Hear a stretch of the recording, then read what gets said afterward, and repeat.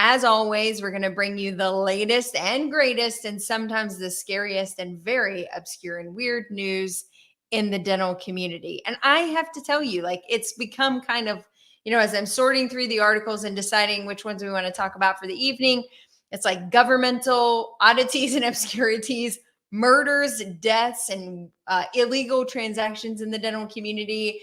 And then, some random, maybe corporate news. So these are the categories we're starting to sort of slowly build. So let's go right into it, if we shall.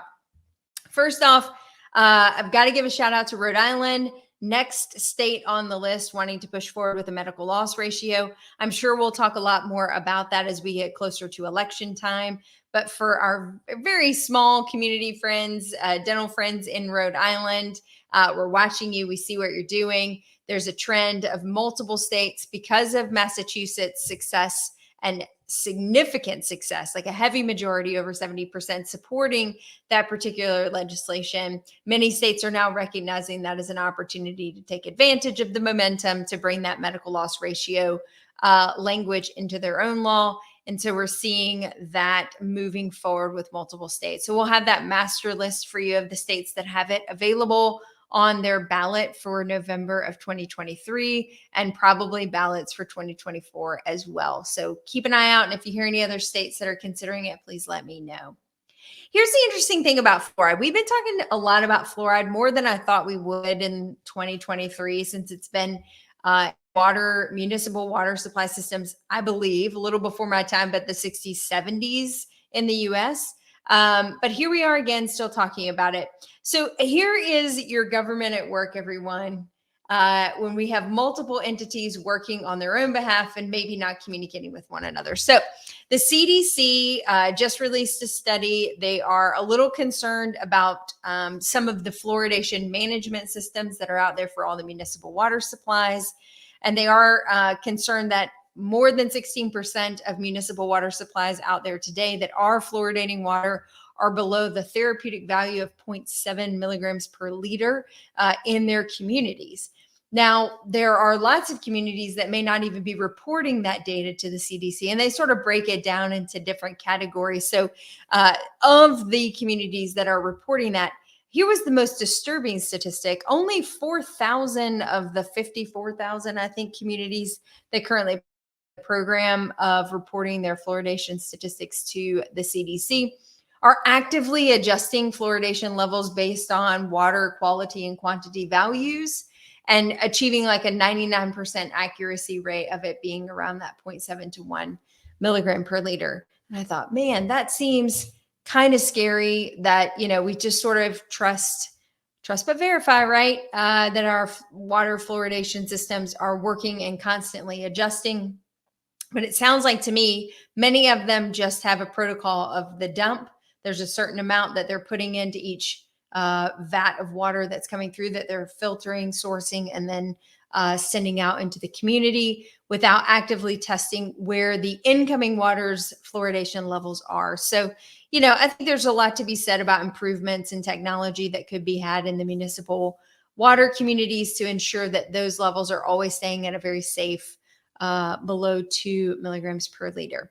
But meanwhile, on the opposite side, the EPA is saying we need to put different filtration systems into the water supply because they're currently worried about the forever chemicals, the pre and polyfluoroalkyl chemicals. I don't know, probably through plastics that are getting into the water supply, and they're seeing it in blood, urine, other mucus things that they're testing from time to time, I reckon. And they are concerned about these forever chemicals because they're linked more towards cancers and other type of long-term diseases. And so they're trying to introduce a bunch of filtration systems that are going to weed out a lot of those particular chemicals.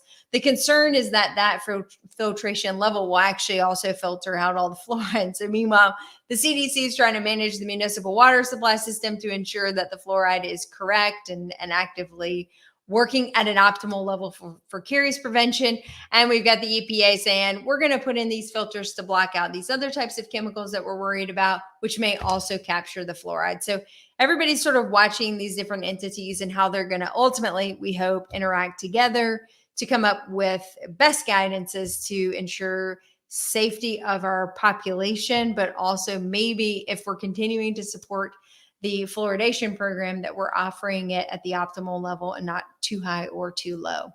And then let's not forget that the FDA is also looking at toxicity levels of fluoride and actually considering pulling it from the safe and approved chemical use for municipal water supplies. So that's a whole nother piece of this very interesting puzzle. So there's a lot happening in the fluoride level sort of simultaneously, which does make me think that there's probably an overarching thing, which I cannot see, that is sort of dictating how we're looking at fluoride in our community. So stay tuned for that.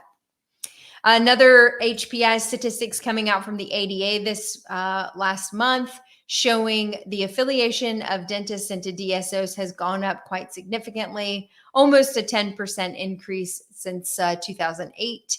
But we're looking at right now, almost a quarter of graduating dentists up to 10 years in practice are affiliating with a DSO style practice.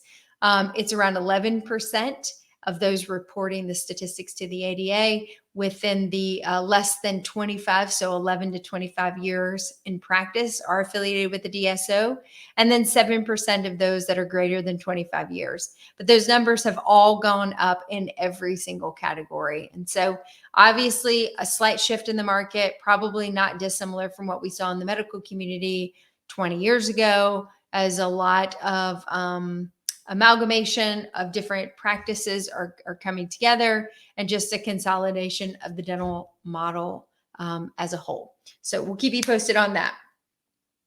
And then, Chad sent me this article right before we went on air. And as always, we've got, the government stuff, we've got where we are in our workforce, things we need to be watching for. And then we move to the oddities and obscurities and criminal acts category of the news segment. Tonight is no exception. Earlier last week, we posted about a little local community in Texas where an individual had been dumping dental models into potholes to help solve the community's pothole problem.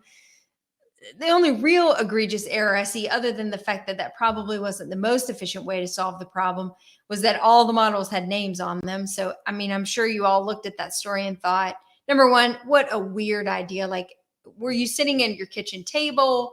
Were you watching YouTube? Were you gardening when the epiphany struck in your brain that today was going to be the day that you were going to go dump a bunch of those old orthodontic models that you've been saving for 40 years into the potholes that were annoying the mess out of you on the front road in front of your house? I don't know. I genuinely would like to understand the thought process that got us to this place. Be that as it may, they found a ton of dental models in potholes. Obviously, they had names on them, which we can all agree would likely be a HIPAA violation.